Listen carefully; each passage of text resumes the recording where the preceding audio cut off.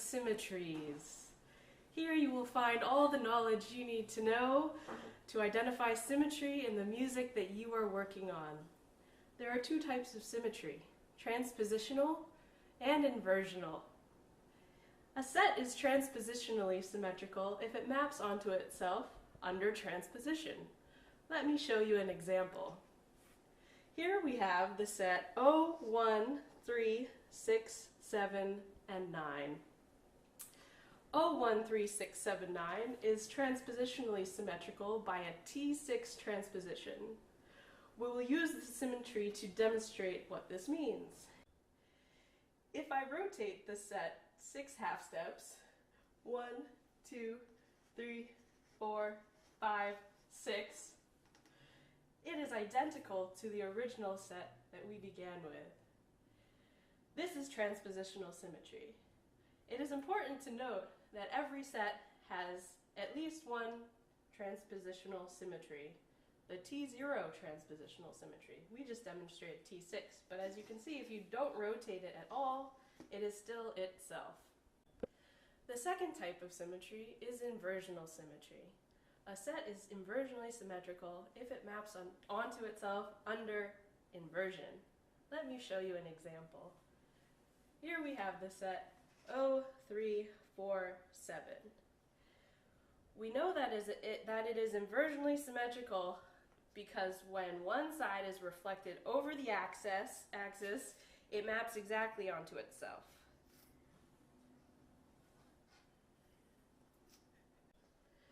Now, how do you find the name of this axis? There are a few different ways.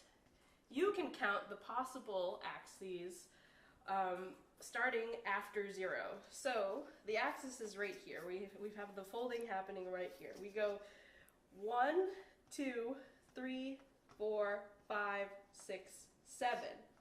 We are at 7. That is the axis of inversional symmetry. The second way that you can find the inversional axis of symmetry is by adding the numbers that reflect over this axis onto each other in mod 12. So we have 3 plus 4, that equals 7. You have 0 plus 7, that also equals 7.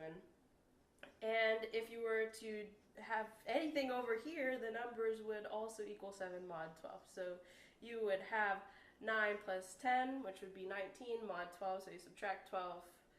19 minus 7 is 12. The third way that you can find the inversional axis of symmetry is by multiplying the space that you are at times 2. So here we are at space 3.5. So 3.5 times 2 is 7. These are the two types of symmetry, transpositional and inversional. Let me try my feathers at transpositional symmetry. In Bartók's Song of the Harvest from his 44 violin duets, he demonstrates transpositional symmetry. Let's take a look and listen to the first 5 measures which make up the first section of this piece.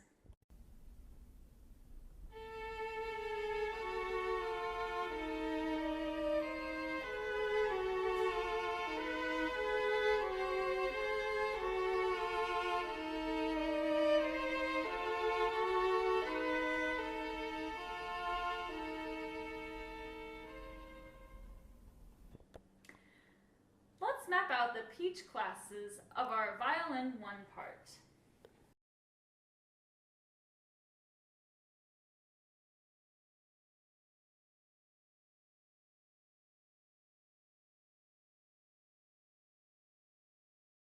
Now let's add our pitch classes for our violin 2 part.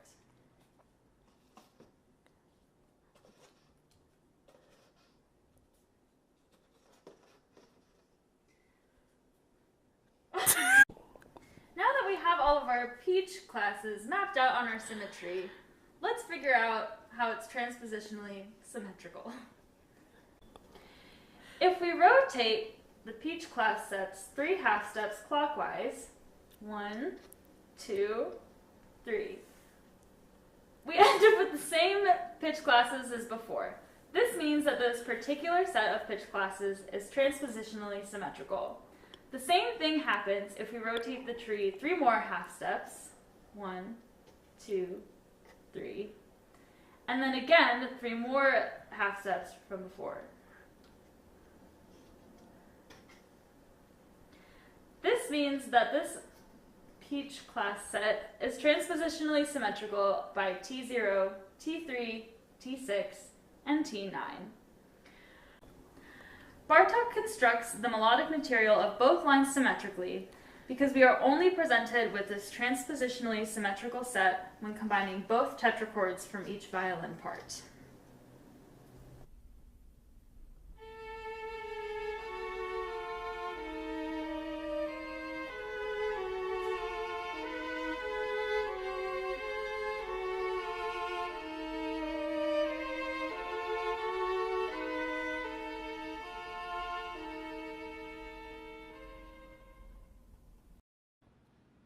I get it. Let me try. George Crumb uses the symmetrical properties of sets in his macrocosmos, and we'll see that in the second piece of the second volume titled The Mystic Chord.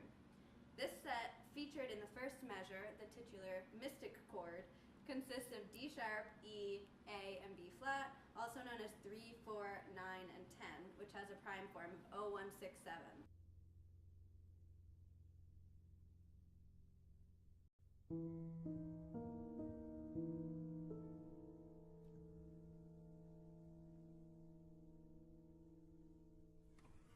Let's put that on the symmetry.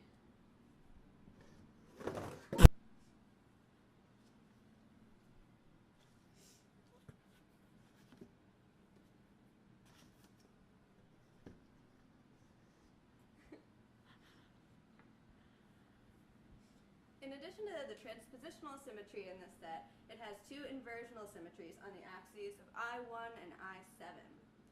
Crumb exploits the symmetry in a unique way by composing a chord that can be read as the same pitches on the ground staff upside down, one of the many ways that he adds visual interest to the score that may only be accessible to the performer. Later in the piece, in measures 12 to 13, he demonstrates the symmetry orally by using first only 3 pitches of the set, the 3, 4, and 10,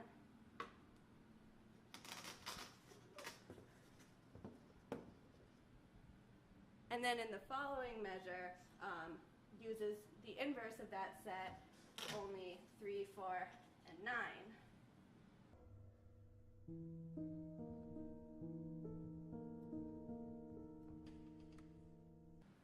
In this way, he divides the set into 2 different trichords that map onto one another through the I7 axis and help show orally the inversional symmetry in the full tetrachord of 3, 4, 9, 10. Thanks, Guardian of the Symmetries, for helping us understand transpositional and inversional symmetry. You are welcome.